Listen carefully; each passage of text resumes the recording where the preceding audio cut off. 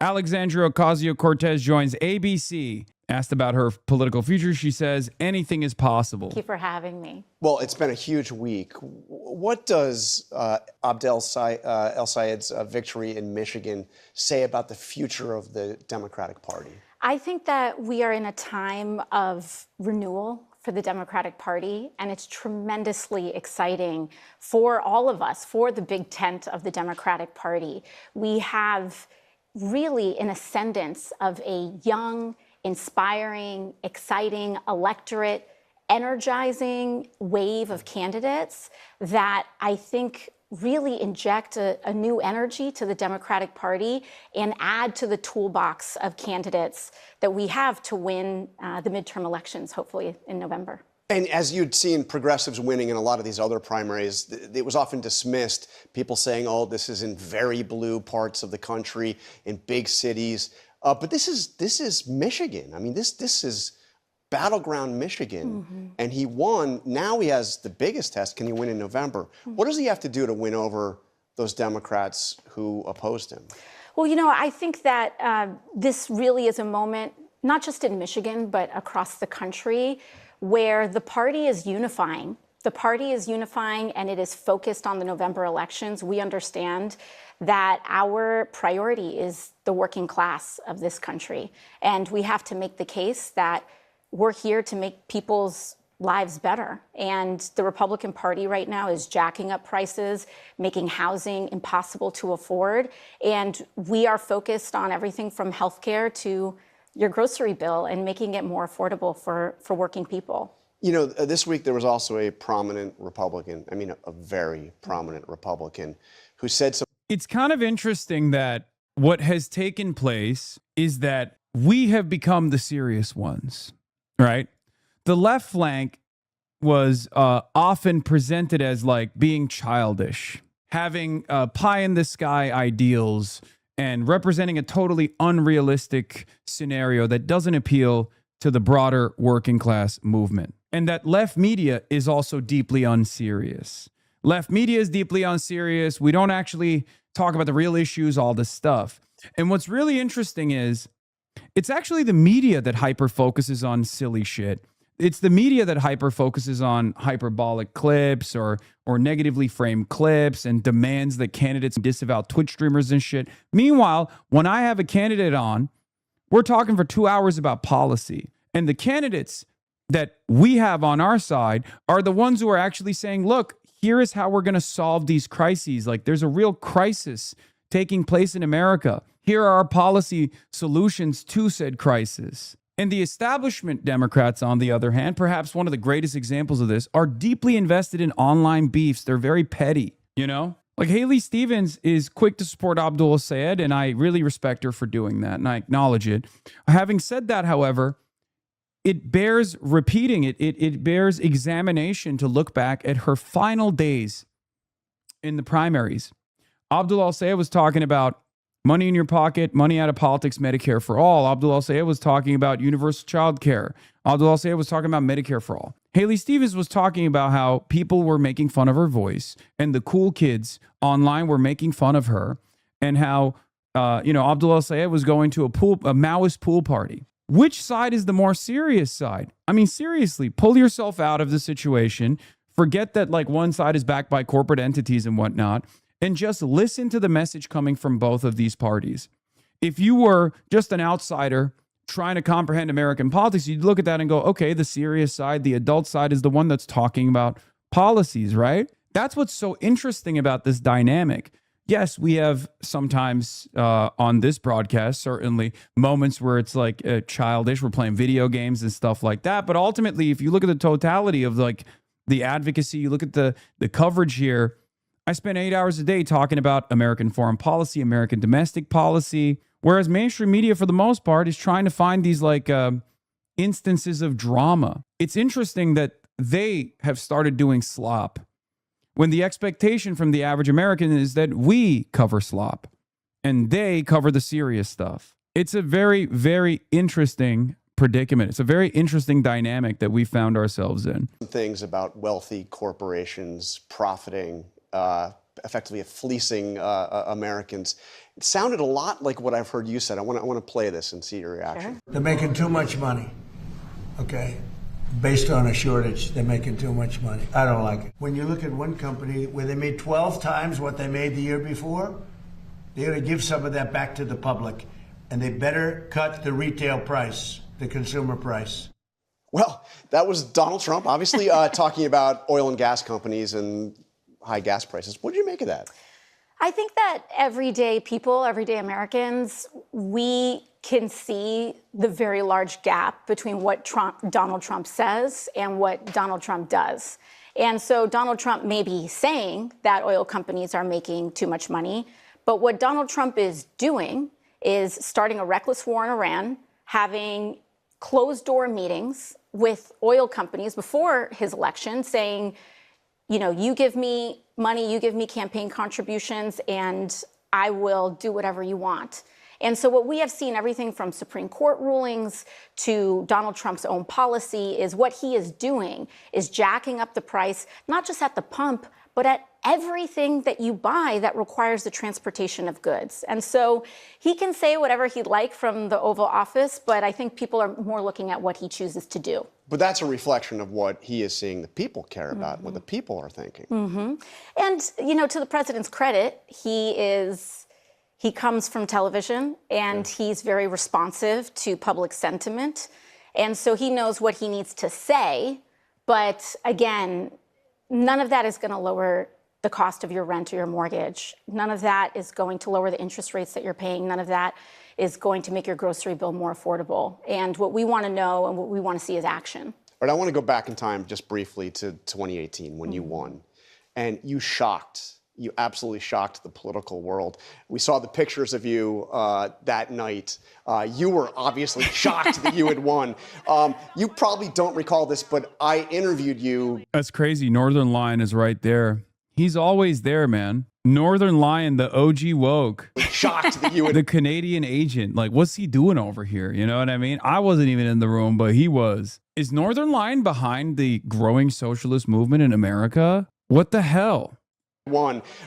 You probably don't recall this, but I interviewed you hours later, the next morning, and let's just play just a little bit of that. Sure. Judging from the reaction that we all saw of you on television, it seemed to surprise you as well. It did. You know, I wasn't even checking the election results at all. I wasn't even following the precincts coming in. We had driven straight to our little party at a little billiard spot in the Bronx, and we hopped in, and I just kind of walked into a TV set, and I looked at the screen, and I saw not only the numbers, but what those numbers, it was a complete shock. So, I mean, you sound there a lot like you sound today, but you've changed as well, right? How have you changed since you came in as this insurgent rebel at odds with the Democratic leadership? How have you changed? You know, I think life has a way of really weathering you and adding to your context and your experience. It humbles you, but it also emboldens you in a lot of ways. And I think it has been the greatest privilege of my life to be able to represent the working people of my congressional district. And I think some of the ways that it's changed me has been to be able to come in with so many aspirations for our country, and then to have the remarkable opportunity to be in the arena and try to make the country a better place, challenges and all. And I love that it's hard.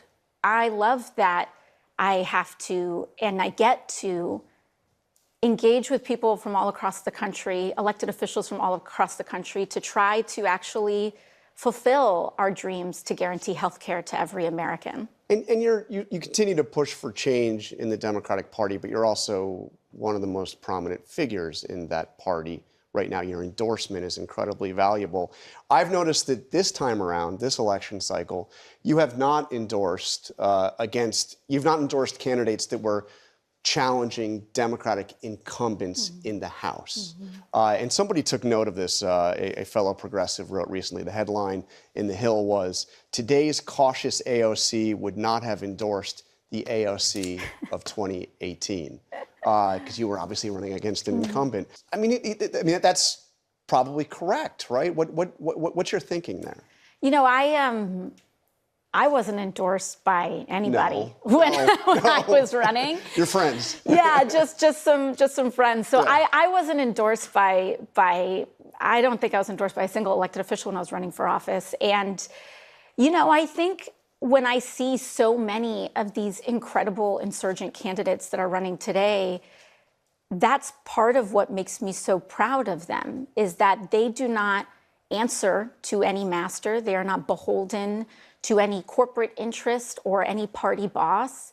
And they are completely independent, which allows them to be responsive to their communities and the people that elected them. And I think that in many ways that makes our movement stronger, when you have to rely on your own organizing skills. And I think that it has proven to be quite successful. And I mean, I see so many of these candidates and they remind me of that moment. I mean, but like in New York, you had the candidates that were endorsed by Mayor Mamdani, two of whom were challenging sitting members of Congress, powerful members of Congress, Democrats, and you decided to sit that one out. Is that part of wanting to work with your colleagues that are in the House? I mean, what's the... Yeah, you know, I think we're all in different, you know, politics is also a workplace, and we're all in different positions to that. I endorsed, for example, in New York, on the state level, I endorsed a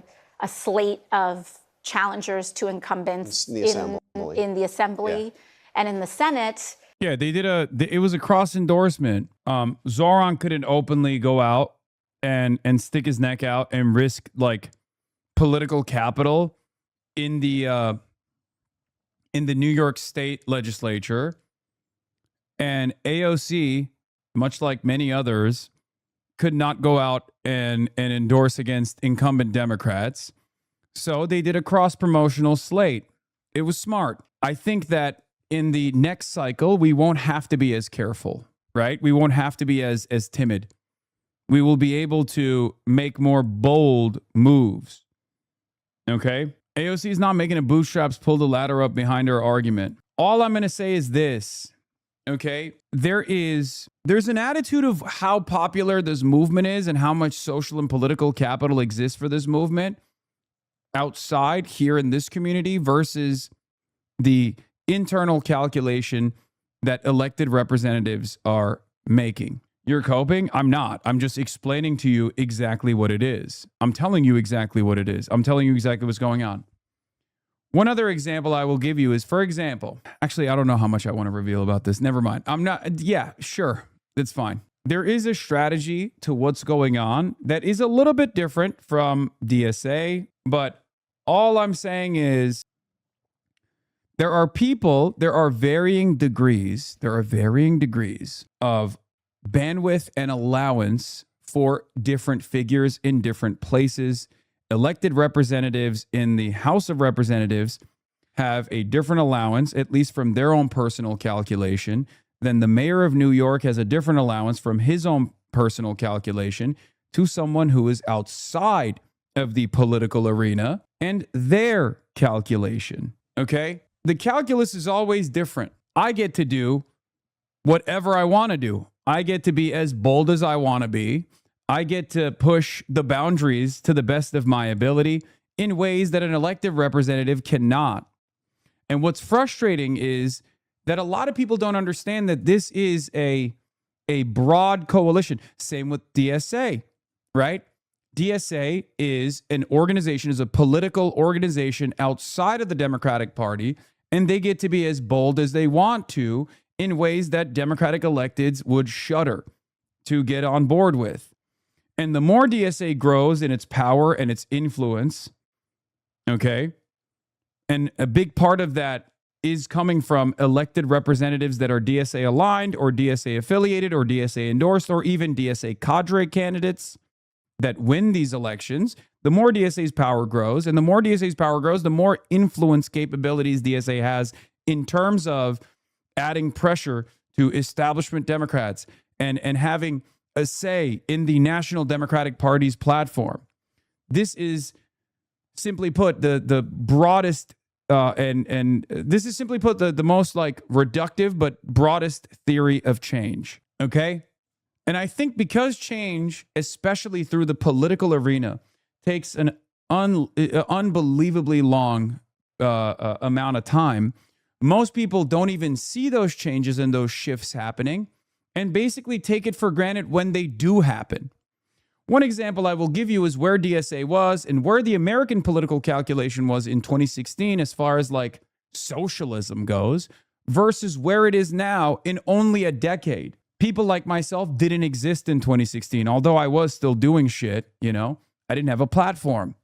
There were no robust left media outlets out there that had competitive sizes in audiences to mainstream outlets. DSA itself was numbering in the 10,000s, not the 120,000. AOC was a barista in 2016. Do you understand? AOC was a barista in 2016. Not a multiple-term incumbent Democratic representative and one of the most popular figures in American politics. So these changes happen over a long period of time. And a lot of people come into it at some point in the movement and just take those changes for granted. They think, of course, this was always the case, right?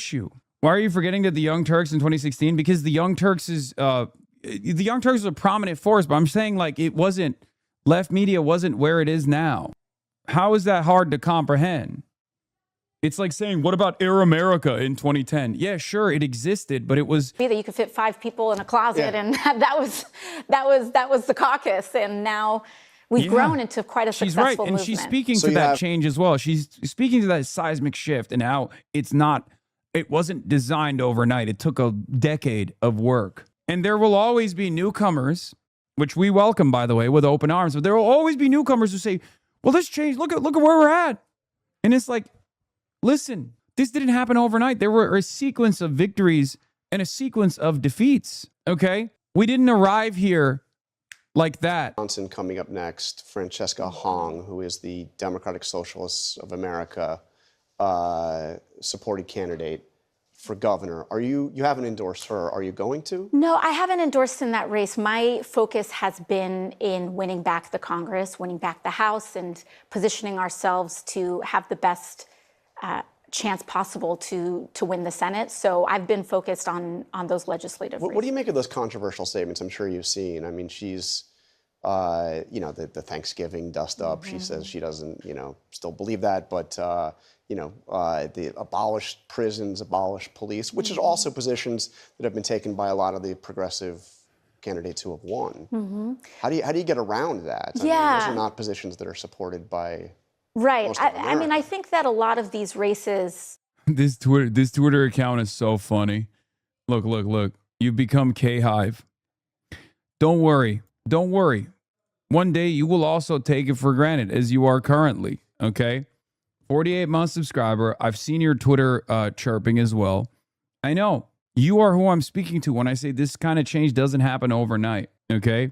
This kind of change doesn't happen overnight. You say you are K-Hive for slightly left of center Democrats.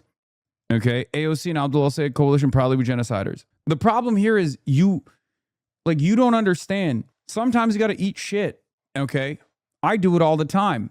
Many of you don't recognize that in order to build a broader coalition, in order to beef up our ranks, we sometimes have to eat shit. Like, the question I have is this, right?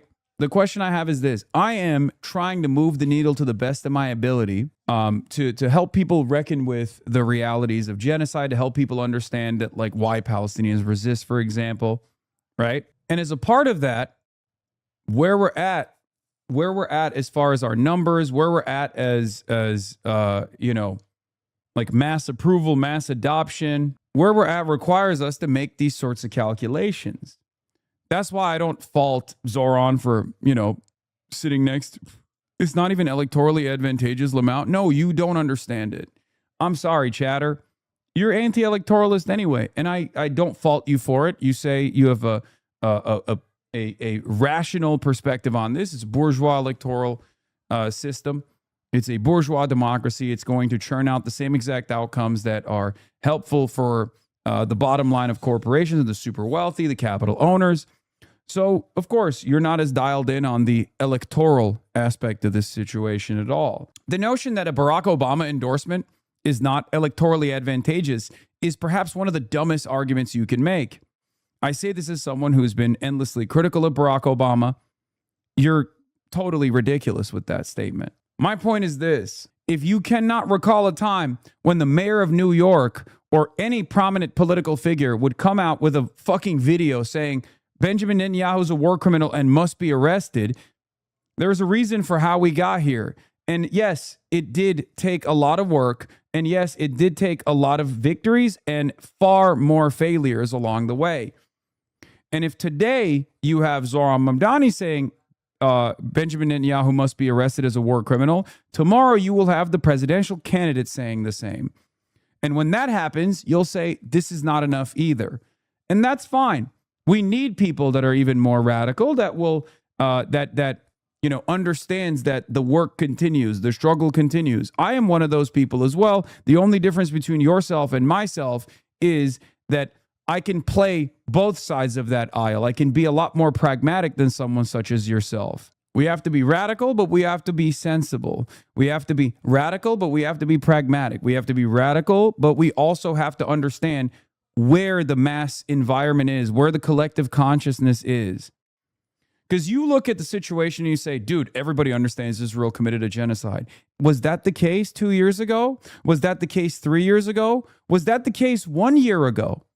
Everybody wants an embargo. It's electorally beneficial. Was that the case 2 years ago, you think? And even if that was the case, did we get anybody elected into positions of power that would actually keep pushing the needle? Many of you have criticized, many of you, radicals have criticized my participation in electoral democracy. We now have more than 8 figures that have openly signed on to sending an arms embargo to the legislature, sending an arms embargo to Israel, a commitment that is literally impossible to even broach. Some of you, unfortunately, sometimes forget object permanence almost, where you just take for granted where we're at now.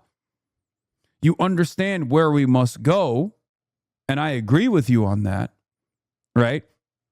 But you don't understand how we got here. You forget how we got here. We're talking about a pro-Palestine organizer that was literally kicked off of campus, who now represents the district that campus is in Columbia, Daria Liza Avila Chevalier. She unseated a 5-term incumbent, the head of the Congressional Hispanic Caucus.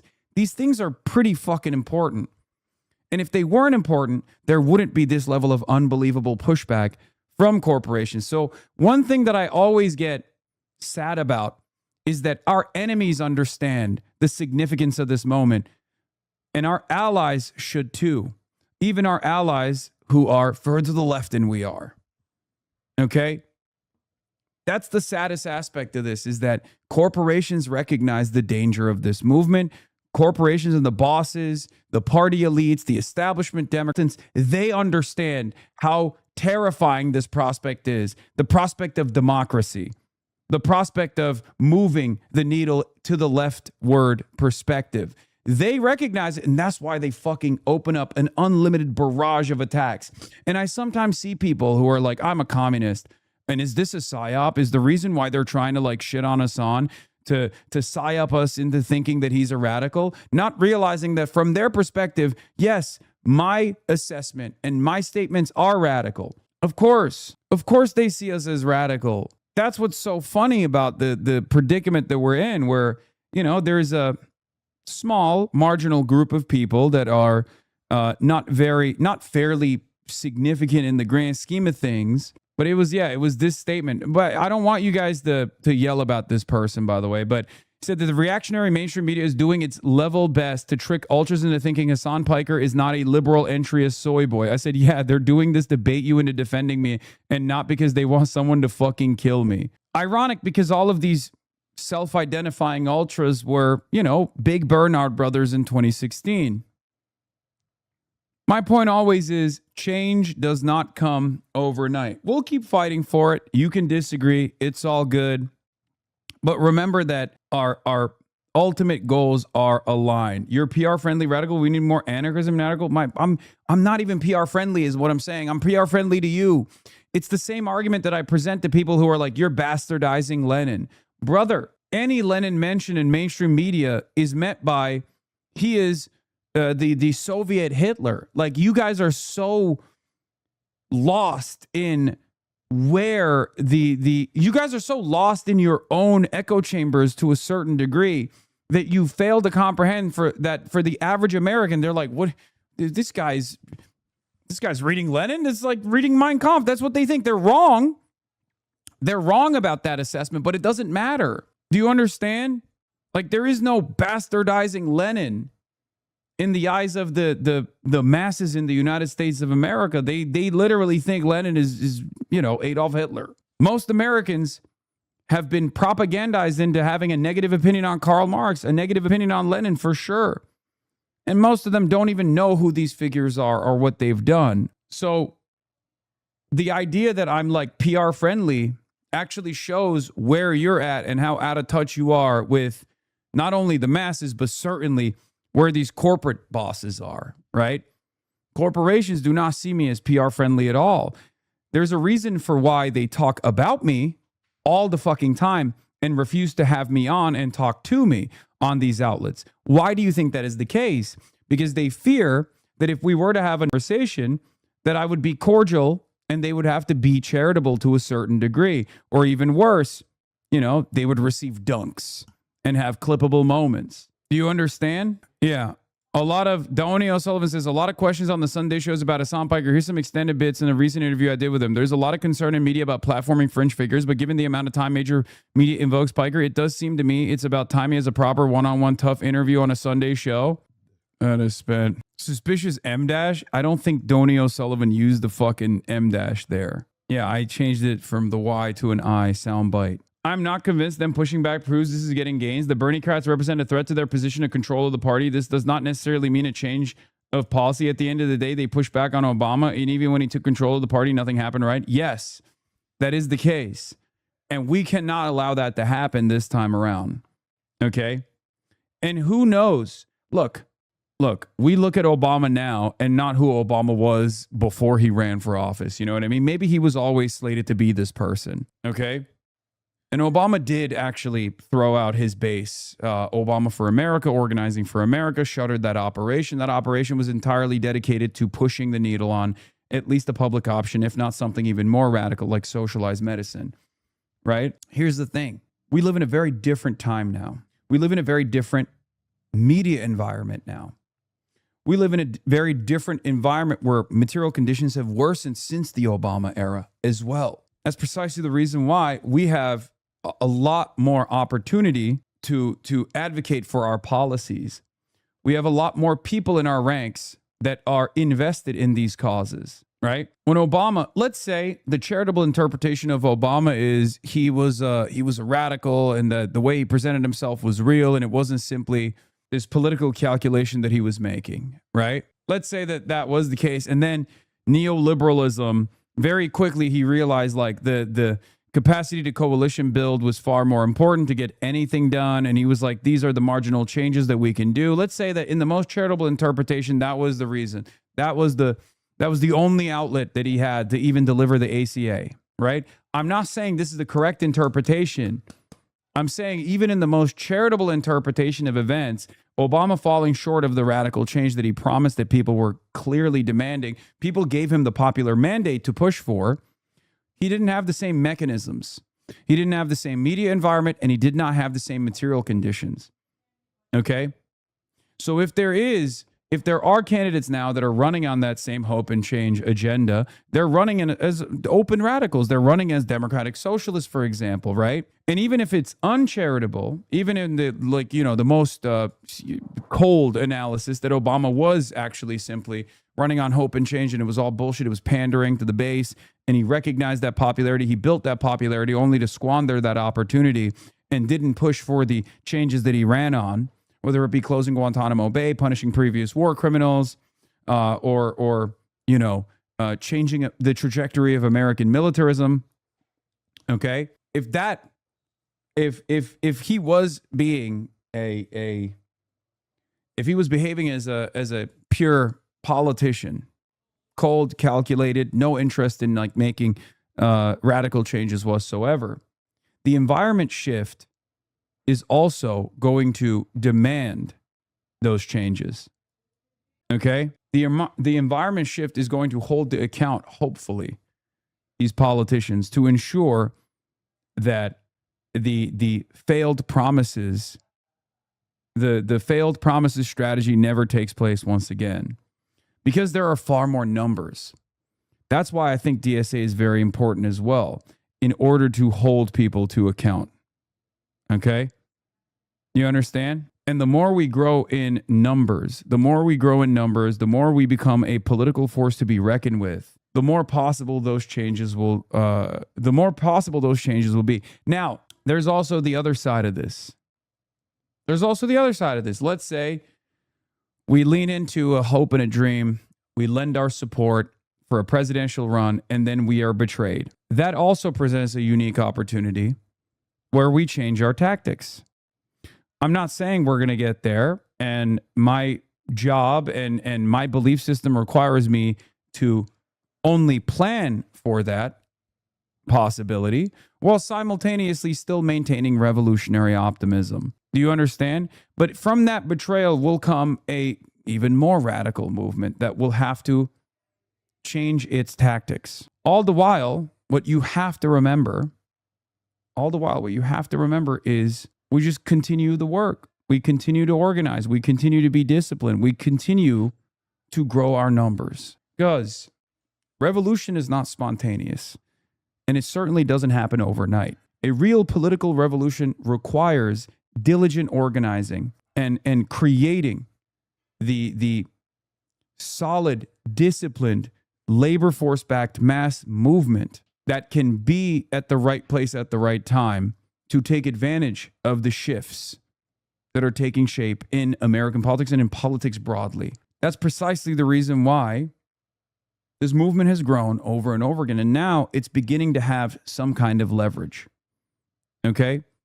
So we have to do our very best. People always forget the failures that took place before the inevitable victory. They fail. They don't see the countless amounts of failed revolutions. They don't recognize that, you know, this movement doesn't grow overnight. It takes a long ass fucking time. You just got to keep having the vision.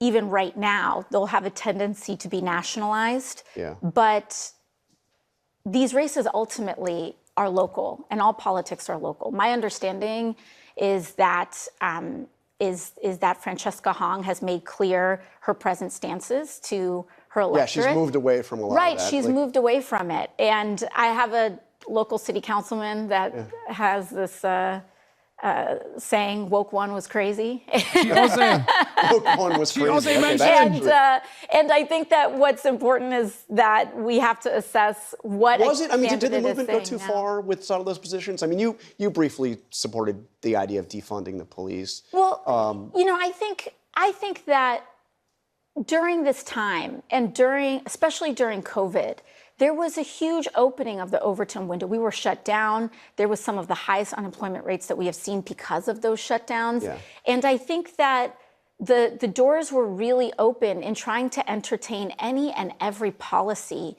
that was going to get us to a better place. And I actually think that the discussions that were had in that time were quite fruitful. I think that when we talk about crime today, it's fundamentally different than the way that we talked about crime in bringing crime down, right? Mm-hmm. And I think that we all share in the goals of having as low a crime rate as possible. I think that, you know, during lockdown, of course, rhetoric in that time is not rhetoric that we would use today. And I'm grateful that these candidates have the opportunity to present who they are to their electorate and what they're campaigning on in this moment. Because you know, and obviously the Democratic Socialists of America are having quite a moment. Mm-hmm. But you know how Republicans are responding. Let me just give you a brief sampling. Sure. I think that her response to this was also like not initially not as dismissive as one would expect from AOC. Now, of course, AOC, so people are going to say like, oh, she fucking botched this or whatever. But I think she did a pretty good job of saying like, look, it was an environment of heightened tension.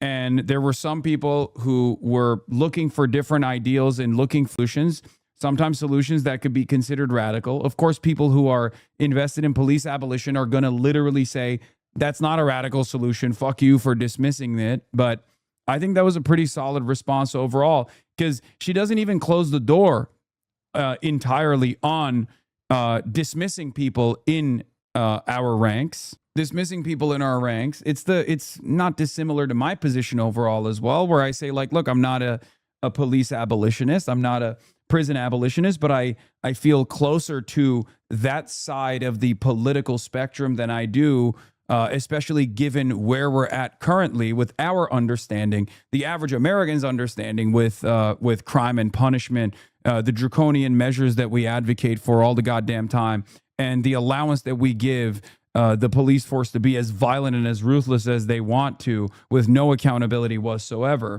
I think like when I think about it, it's like, that's why my argument always is like, look, I think this is a broad tent regardless. It's a broad movement regardless. There's going to be some disagreements overall, but like the reality of the matter is the average position, like the normative position on policing and prisons in this country have to dramatically shift to the left position so that we can reduce recidivism in this country, so that we can actually focus on rehabilitation rather than incarceration, to ensure that people that have done crimes can actually reintegrate into society in more successful ways. Other countries have actually paved the path forward in much more meaningful, much more consequential ways, and we just choose to avoid that reality.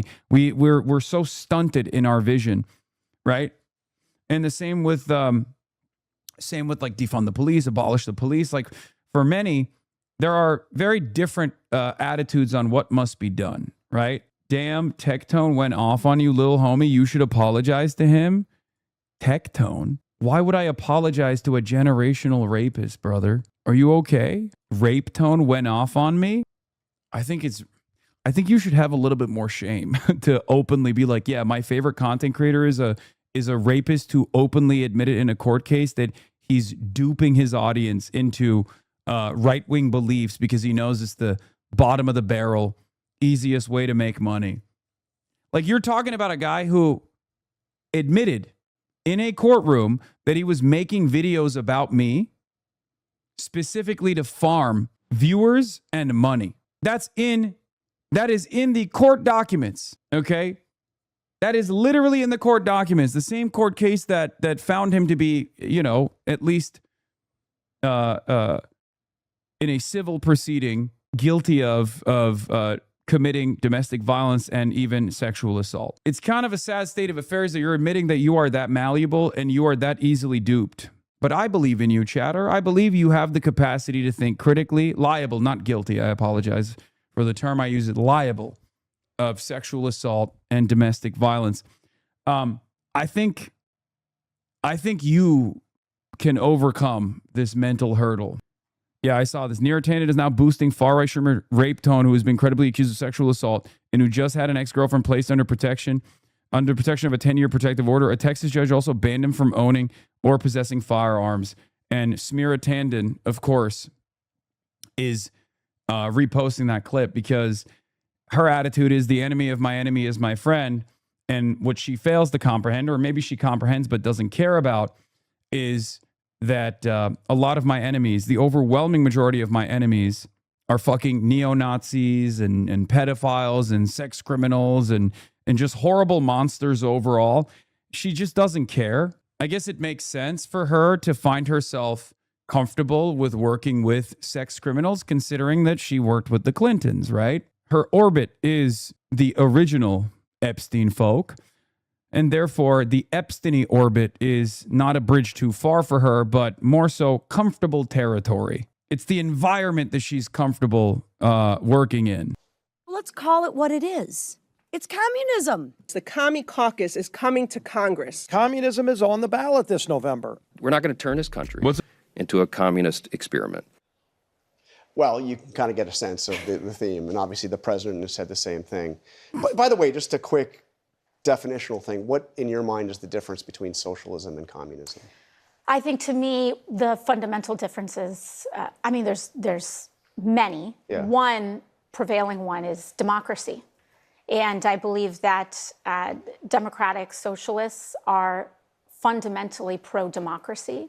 And we believe in the ballot box. We believe in respecting the outcomes of elections and governing democratically and ensuring that.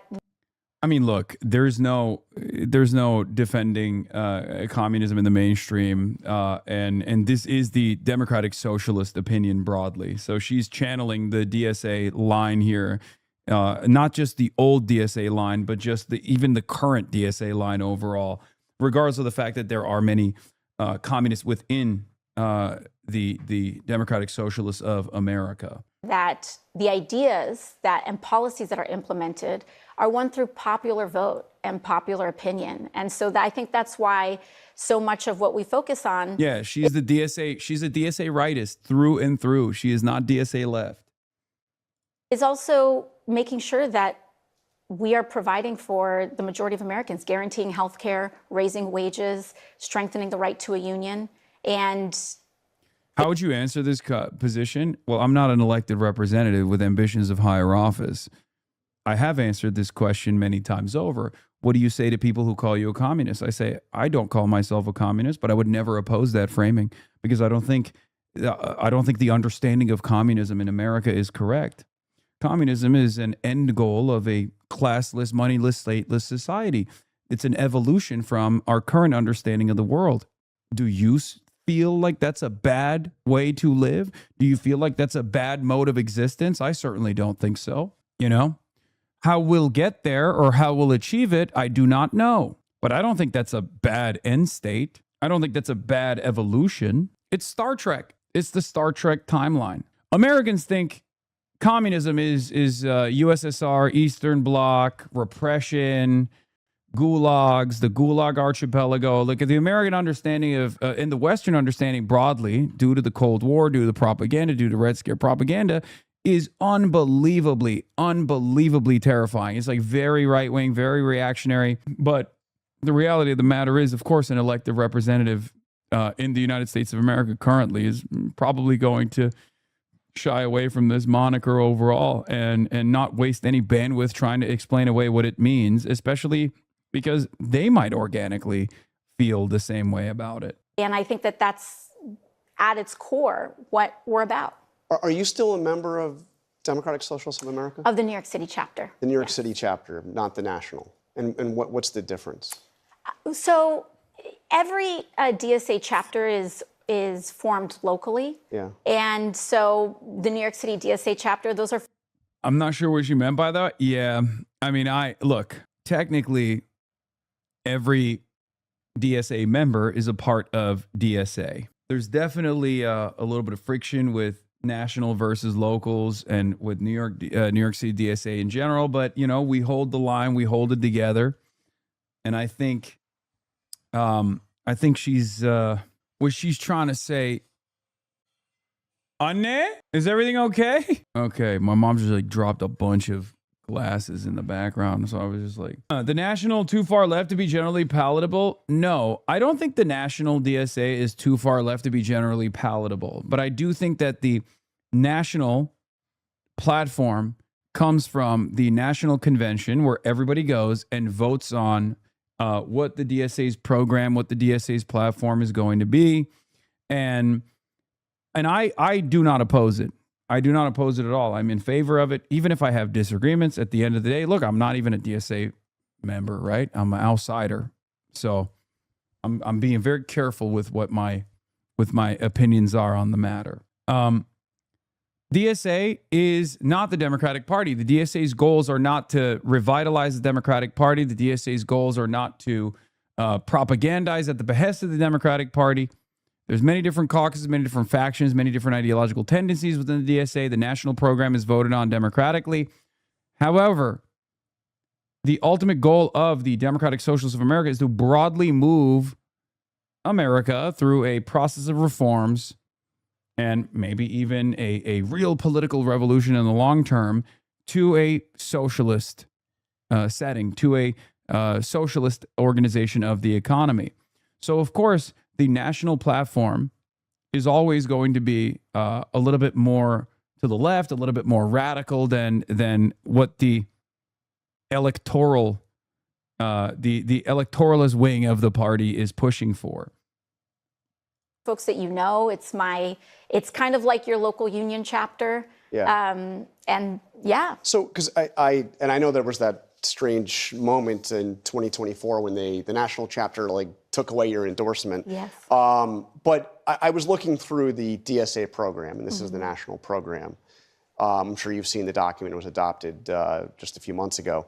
But some of the positions here: defund the Department of Defense, close overseas military bases, DSA national. Abolish the police and prison system, grant amnesty to all immigrants in the U.S., replace the Supreme Court and executive judiciary with a chosen by lower to Congress, abolish the Senate, public ownership of corporations. By the way, there's some incredible bangers here. Abolish the Senate, banger. Public ownership of the largest corporations and essential industries. Oh, I'm nutting. As much as I have critiques of abolish the police or abolish the prisons, and it's not the biggest issue of all time, especially considering that I think that is a far better the direction of than the current situation that exists.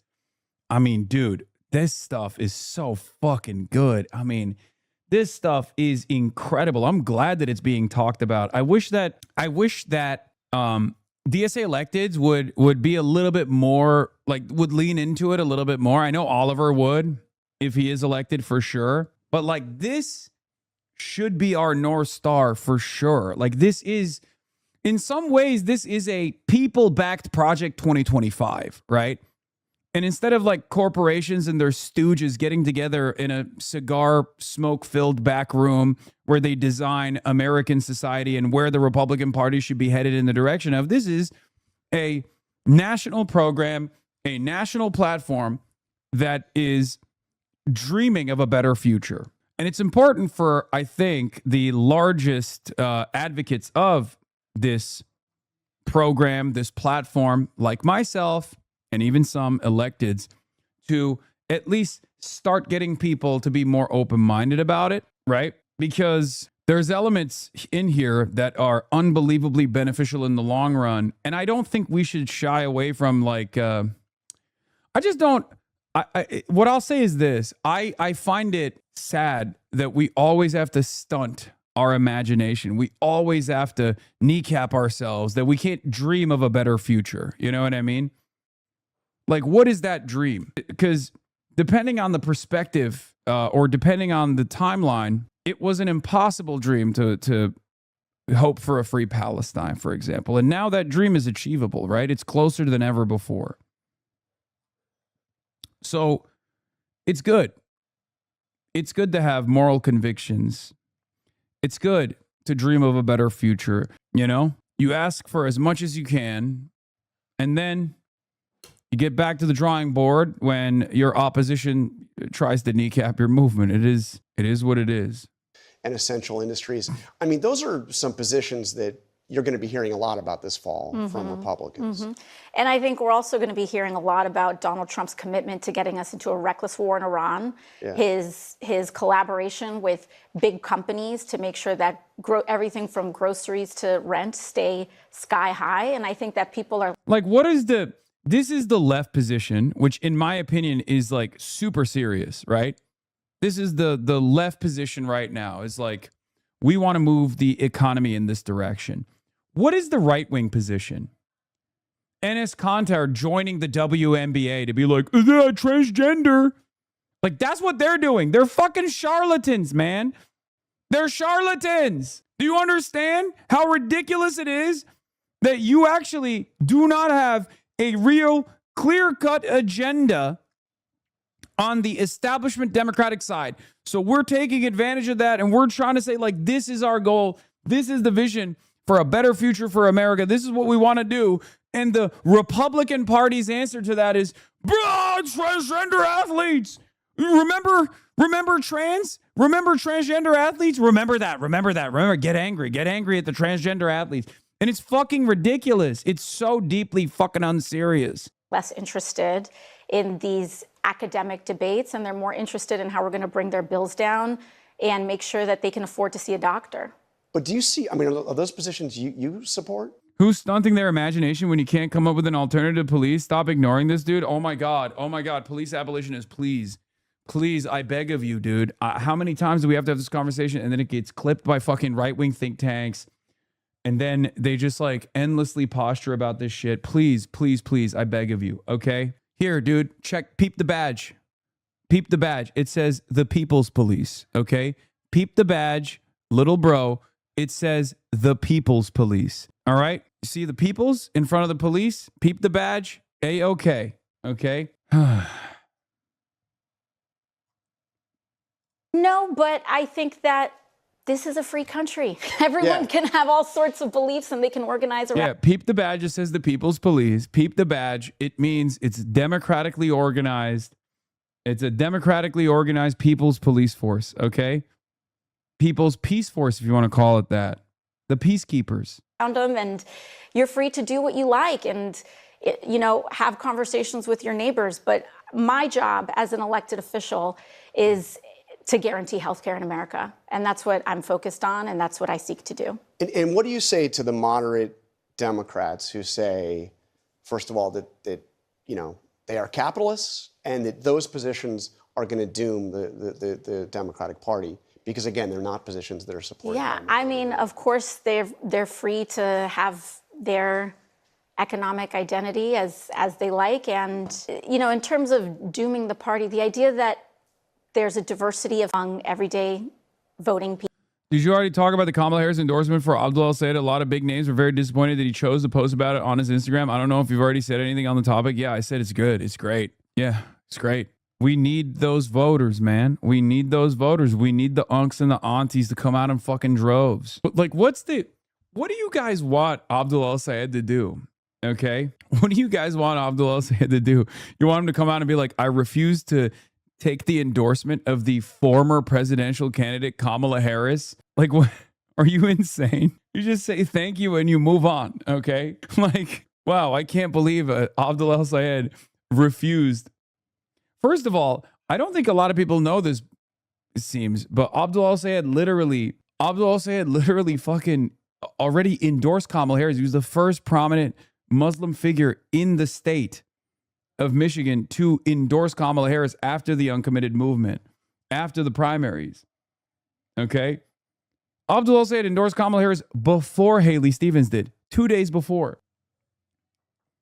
Like, there's this tendency on the left sometimes to treat this as like not a serious movement, but instead to treat this movement as a gate-kept like hipster thing. You know, we got to keep the moral purity in our ranks. It's like, yeah, okay, that's how you arrive at like a 10-person reading group. Bring people to our side and try to explain our positions to them. It's that simple. You don't win anything with grandstanding.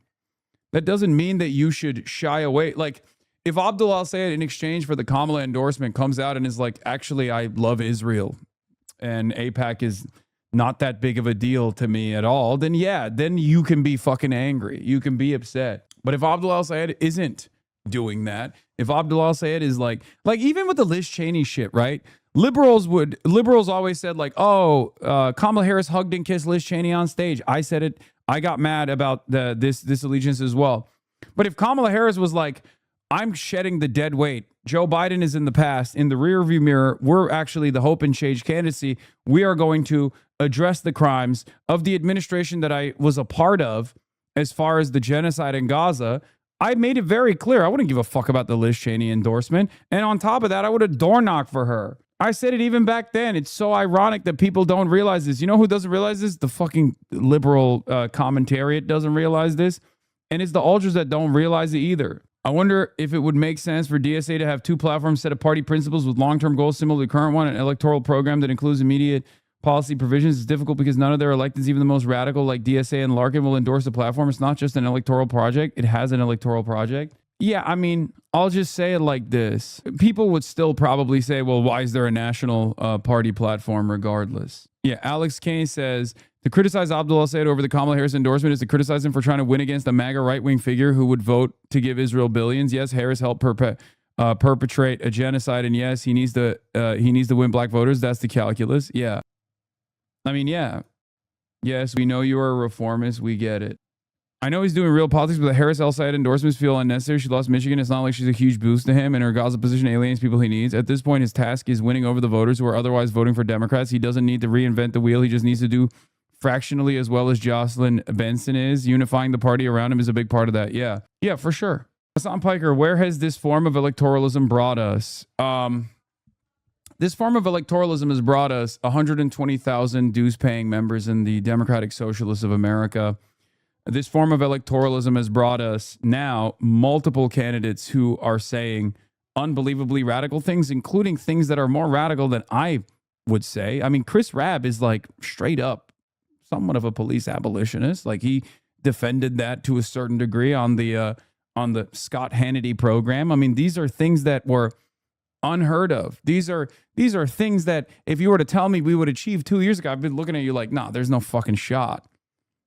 And the alternative doesn't exist anyway. It's not like there's this robust vanguardist Marxist-Leninist party out there that's like really captivating the masses and have been able to organize outside of the electoral playing field. And I'm just like standing in opposition to that. You know what I mean? You keep saying we, are you a DSA member or not? We is a broad statement of a broader movement of which even, ironically enough, places well. Like if there was this broad environmental shift, and it was clear that like electoralism was not even bringing in newcomers into this mass movement, and that there was already this like broad appetite for revolutionary change, and that the masses were class conscious and they were organized and they were militant in their organizing and militant in capturing power. Obviously, there would be a very different calculation in front of us. I think it just goes back to, it always goes back to like where the masses are in America. Like they're still unbelievably reactionary. They're still negatively polarized. They're still fairly antagonistic to even the term socialism broadly. So it takes a long time. We don't even have a statewide elected yet that openly says they're socialists. Abdul's not even in the DSA, right? Abdul al-Sayed says he's a capitalist. So that for many, I think, comes from their lack of ability to understand where the masses are in their interpretation of socialism. But I do think every day, more and more, as we mark more and more victories through the electoralist route, and as we bring more people into the fray, as we grow our numbers, I think more and more people will come to understand the goals here. That's also part of the reason why I say I'm not DSA left, DSA right. I don't identify with like one particular caucus, and all caucuses are great. And I agree with all of them. And even if I have, some disagreements overall, it still doesn't matter to me, because I look at the broader environment. I look at where the masses are, how they self-identify, and I recognize that there's still much more work to be done in terms of fomenting class consciousness, right? People is a fundamental fact of our country. I don't think that we should be worried about what somebody somewhere believes. I think we should be focused on what our plan to improve people's lives are. Another person who's been made an issue is Hasan Piker, who obviously endorsed Abdul al-Sayed in Michigan. You've been on his live stream, at least a few times. He's somebody who said, that America deserved 9/11. Now he backed off from that. Yes, he's apologized. But he said a lot of controversial things. Is he somebody that should have a role in the progressive movement going forward? I think what's really funny about this, by the way, because AOC has a really good answer for this, but before we even get here, what's really funny about this is like, ABC asking this question to AOC when it's like the reality of the matter is, although AOC will defend me here, like even if she didn't, it's not like I go away. You know what I mean? Like, of course I have, Whether people say yes or no to this question is utterly irrelevant to whether I currently have a place, whether this community currently has a place in this broad movement, right? Like, they'll say like, oh, well, like AOC will defend me on this. And I think she delivers a really great answer to this question, right? But like ultimately, ABC or CBS or the Beltway pundits and their attitude about this mass movement is utterly immaterial to where we are. Now, of course, the other side of the story is they can ask me personally, which they choose not to. But yeah, Paul Bless says, don't know who put out the memo to flip this into dismissal of cancel culture, but they cooked. I don't know who did that, but they did cook. I agree. Whoever it was, they must have cooked real hard on this.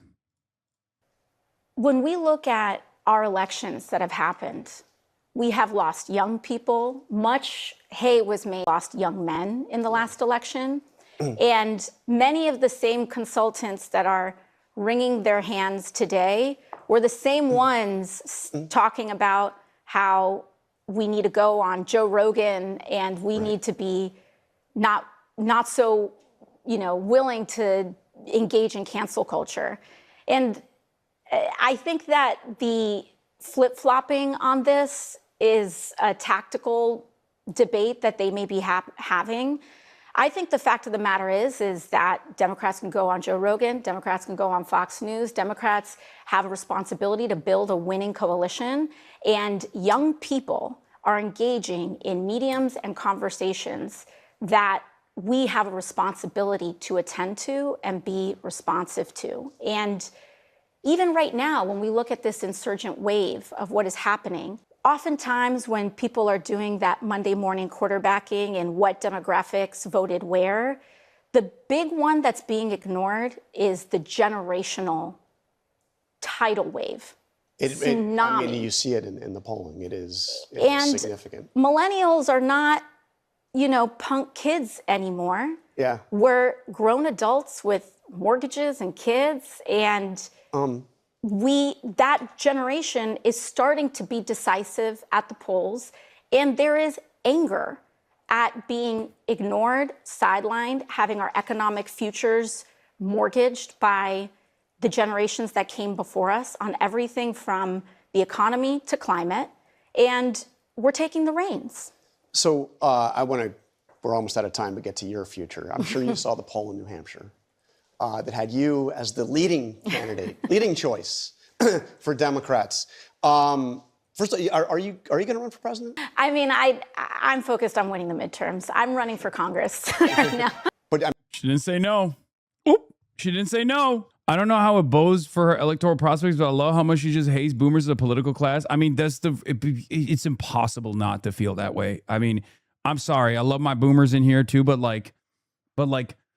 there is Gen X especially, there is this attitude. I mean, it's still class politics at the end of the day, because it is the only generation that has benefited from a higher degree of socialization and the beginnings of a social democratic system that was eroded, especially destroyed post Reagan, right? But they have all of the wealth still. There are trillions of dollars of wealth currently captured in the hands of these 65-plus-year-olds, and they're fucking holding on to that shit. They got the death grip on it, okay? They got the goddamn death grip on it. Trillions of dollars of assets, of wealth, just basically waiting to go to a bunch of horrible industries that are being designed specifically to cater to these boomers, to these Gen Xers, in palliative care, in old folks' homes. These are some of the most corrupt institutions out there too, and they're just fucking going to milk. They're going to milk the trillions of dollars of wealth that's captured in the hands of some very, very old folks. I mean, do you see this as something? I know you said you're open to it. Is it a realistic possibility for you? I haven't ruled out the possibility, and I'm very humbled to the tremendous amount of support out there. I think that we have a responsibility to remain focused on the midterms and not on our individual aspirations or plans. And running for Senate against Chuck Schumer, is that also something that's possible? I mean, I think that anything is possible at this juncture. All right, and then before you go, you did have a personal announcement that you made. Mm-hmm. It was interesting to see you kind of open up in, on an Instagram Live, I believe it was. So tell me what it was and why you decided to do it. I think it's important for us to normalize these conversations, especially in this political environment. The Trump administration has... Remind us what the announcement was. Yeah, sure. So I have decided to start the process of freezing my eggs. Yeah. And in this political environment where this administration is denying reproductive care to women across the country, from abortion rights to the ability to carry out a healthy pregnancy, I think it's important for us as leaders to have these conversations and share these processes, especially for working women across the country, and normalize them. Okay, all right. Congresswoman. That was cool too. And I know people are going to be freaks about this, but yeah, that was very cool of her to talk about.